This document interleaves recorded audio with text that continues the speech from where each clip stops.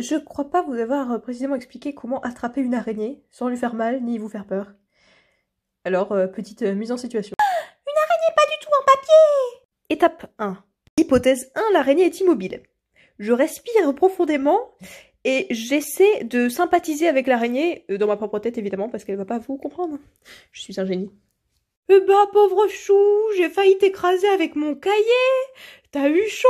Bah oui alors. Mais qu'est-ce qu'on fait au milieu de mon bureau aussi? Oui, vous pouvez dire adieu à votre amour-propre. Étape 3, vous trouvez un récipient. Alors le principal c'est qu'il soit assez large pour que ses pattes ne dépassent pas si elle les étend, pour éviter de lui casser tout simplement. Et si possible transparent.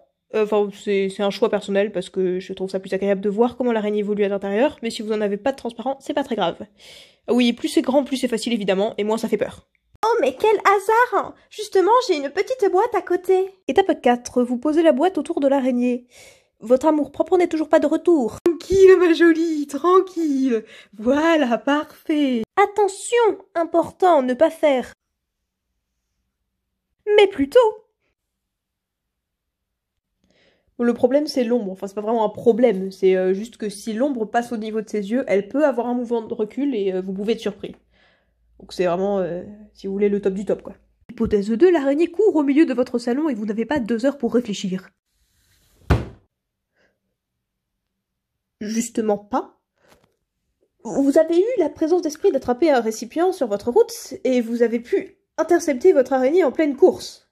Ou alors, vous aviez quelqu'un pas loin qui a pu continuer de la surveiller pendant que vous avez couru chercher un récipient pour l'intercepter en pleine course ou après sa course une fois qu'elle se sera calmée. Ou alors, vous étiez seul et vous n'aviez pas de récipient et vous avez attendu qu'elle arrête sa course en espérant que ce soit pas dans un petit coin où vous allez galérer à la sortir. Et ensuite, seulement ensuite, vous êtes allé chercher un récipient et vous l'avez arrêté, plus en pleine course mais à l'arrêt. Étape 4118, vous attrapez une feuille ou un petit paquet de feuilles que vous allez glisser entre la boîte et le bureau. Alors tout ce que je vous dis là, c'est pour le minimum de peur. Vous ne pouvez pas... Ça peut pas se passer mal si vous faites comme ça en fait. Voilà Géraldine, monte sur la feuille, tranquillou. Non, je ne galère pas du tout. Oui, c'est mieux avec deux mains. Voilà. Hop là. Voilà. Alors, je conseille de prendre un petit paquet de feuilles, au moins des feuilles épaisses ou pliées en deux, comme ce que notre magnifique cobaye vient de faire. Tout simplement parce que après c'est rigide et ça vous évitera de vous faire peur en ouvrant un côté sans faire exprès. Géraldine est dans la boîte. Étape 11042. On retourne la boîte ou alors on place sa main sous la feuille, ce qui est plus facile avec un truc épais.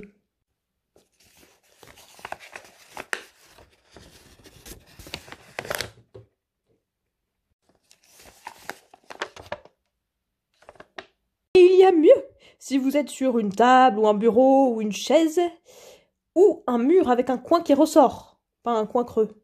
Enfin, vous avez compris.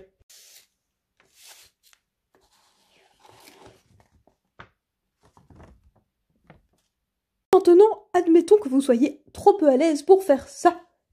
Il y a une technique alternative que nous allons vous montrer tout à l'heure. Vous trouvez simplement une pochette en carton ou une bande dessinée ou quelque chose comme ça que vous ne pouvez pas utiliser dès le début parce que, comme je l'ai expliqué, l'espace serait trop grand et donc l'araignée pourrait s'échapper par le côté ou au moins vous pourriez avoir peur de laisser l'araignée s'échapper sur le côté. Évidemment, ça dépend de sa taille.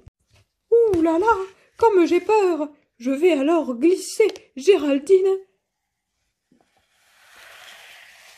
sur la pochette. Et voilà, j'ai une Géraldine transportable. Une fois dehors, si l'araignée est toujours en bas et n'a pas escaladé votre boîte, bye bye. Et si au contraire votre Géraldine s'est pas affixée au fond de votre boîte, bye bye. N'ayez crainte, votre Géraldine trouvera un moyen de sortir, et si vous pensez que ses pattes ne peuvent pas agripper le bord de votre boîte, il suffira de mettre un petit bâton pour la laisser monter le long du bâton et sortir de l'autre côté par la suite. Et vous reviendrez chercher votre boîte un peu plus tard. Ou alors, beaucoup plus simple.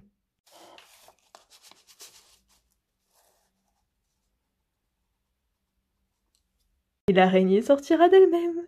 Vous êtes content, Géraldine est contente, tout le monde est content. Bien évidemment, vous ne lui rendez pas sa liberté tout de suite. Vous profitez qu'elle soit sous cloche pour manipuler la boîte, pour l'observer, pour identifier son espèce et si vous pouvez son sexe. Et si vous avez totalement la flemme, vous envoyez une photo qui fait plus de 3 pixels sur 3 s'il vous plaît, à Morgy, et elle le fera pour vous. Et après seulement, vous la sortez. Je crois que tout est dit et en seulement 3 étapes. C'est ce qu'on appelle l'efficacité.